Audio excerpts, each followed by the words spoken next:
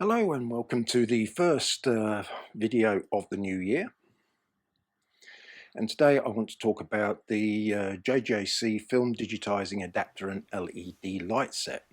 You've decided to join the cool kids and get into film photography. You've got yourself a U-Butte film camera, shot a couple of rolls of film and sent them off to the lab. On getting the negs and the scans, you feel a little bit underwhelmed. They look nothing like you expected. The low resolution, lacking contrast, and the colours don't look right. At this point, you start thinking that this film photography lark is an expensive con hyped by social media. Well, the answer is to scan your own negatives, and with the right tools, it's not difficult. Some people use flatbed scanners. Some people use dedicated film scanners. But the method du jour is camera scanning, and all you need is a suitable digital camera, a suitable lens, and a method of holding the film flat at the correct distance while you take a photo of it. Then you upload your digital images to your device and play with them in your favorite photo app until you're happy with the result. Now this is where the JJC film digitizing adapter and LED light set comes in. For 130 Australian dollars, you get a series of short threaded tubes, several step-down rings, and a negative holder. A holder for mounted slides, and a holder for the negative and slide holders, and an LED light, a diffusion panel, and a USB power cable with a switch.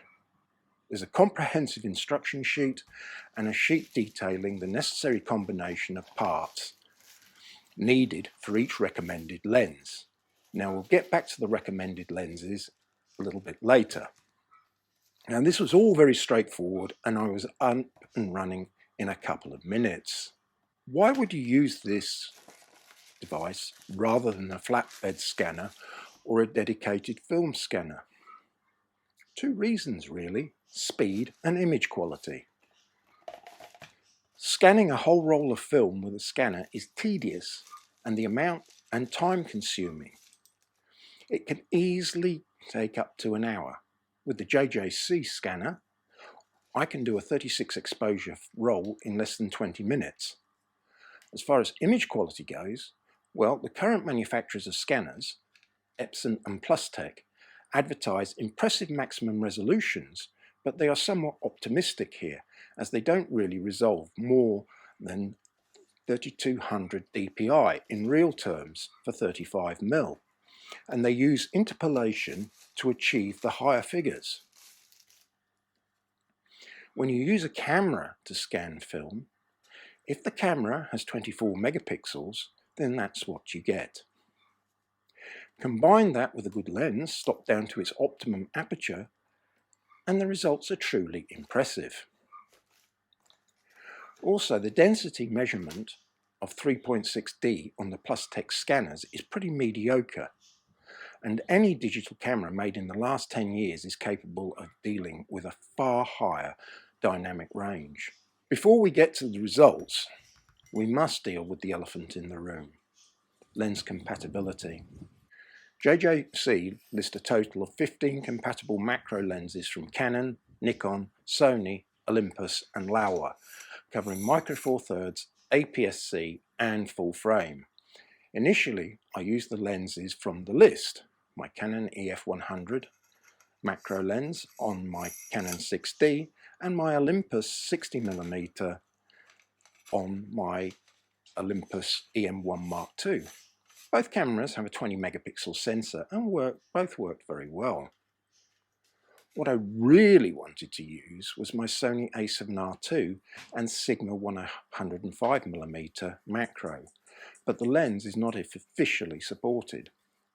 I tried various combinations of tubes until I found one that worked, a combination of the large tubes listed for the Canon EF 100mm f2.8L macro with the step-down ring for the Nikkor Z MC 105mm macro. Now this combination delivered excellent results. So if your lens isn't listed, then it could be worth playing around with the tubes. Do you have to use a macro lens? For best results, I'd say yes. It's not just close focusing capability that's important here, field curvature is as well.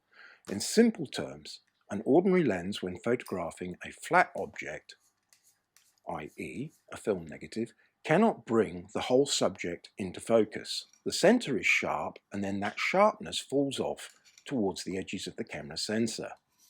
Macro lenses have inbuilt correction to achieve a flat film plane, where the image is sharp across the whole frame. Some would say stop down the lens and the problem goes away, and to an extent that could work depending on how acute the field curvature is. But if you stop down too far, then diffraction kicks in and the image softens. Having said that, if you don't have access to a macro lens, then there is nothing to stop you using a 50mm lens with two 25mm extension tubes to see how you get on. Personally, if you've already got the mirrorless camera or a suitable DSLR, I'd look on eBay for a second-hand manual focus macro lens and get an adapter so you can mount it on your camera. You don't need autofocus to scan film. It's easy enough to do it manually. Results? Well, I compared the results from my 3 cameras and lens combinations with some images I'd scanned using my old Canon 9900F. On comparing them all, the camera scans were better than the flatbed scanner. There was more detail in the highlights, there was finer detail in the whole image, subtle tonal roll-off, and the images weren't over-sharpened. The JJC film digitizing adapter and LED light set is a very good low-cost entry to camera scanning. The pros are that it is cheap at $130 Australian from Amazon. It's quick to set up and quick to scan and film. It's easy to use. It adapts well to a range of lenses and cameras, and you get better results than a flatbed scanner when using it at 24 megapixels. And there is good documentation included with it, which makes it easy to get started. The cons. It can only scan 35mm film. On paper, it's only compatible with a limited number of lenses. Black and white negatives and slide film can be processed with no special software, but color negative will require a plugin such as Negative Lab Pro.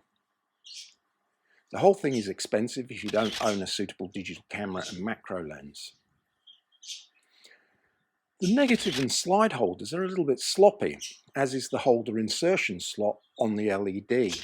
They wobble as you feed the film through.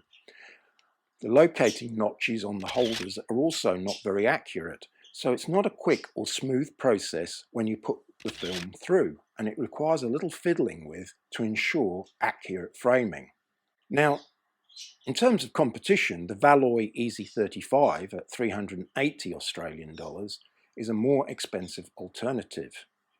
In crudest terms, both are just a tube that attaches to your lens, and at the other end is a film holder and LED light source. Both offer a wide range of compatibility with different cameras and lenses. The Valoy looks very slick and well designed. The JJC looks a little bit more rudimentary. Functionally, they are the same, as it's the camera and lens that determines the image quality. My lab charges $11 to scan a roll of film. You scan 12 rolls of film and the scanner has paid for itself. I think the JJC set has a lot going for it. Thanks for watching. I hope you found it useful, and I look forward to you joining me in the next video. Goodbye.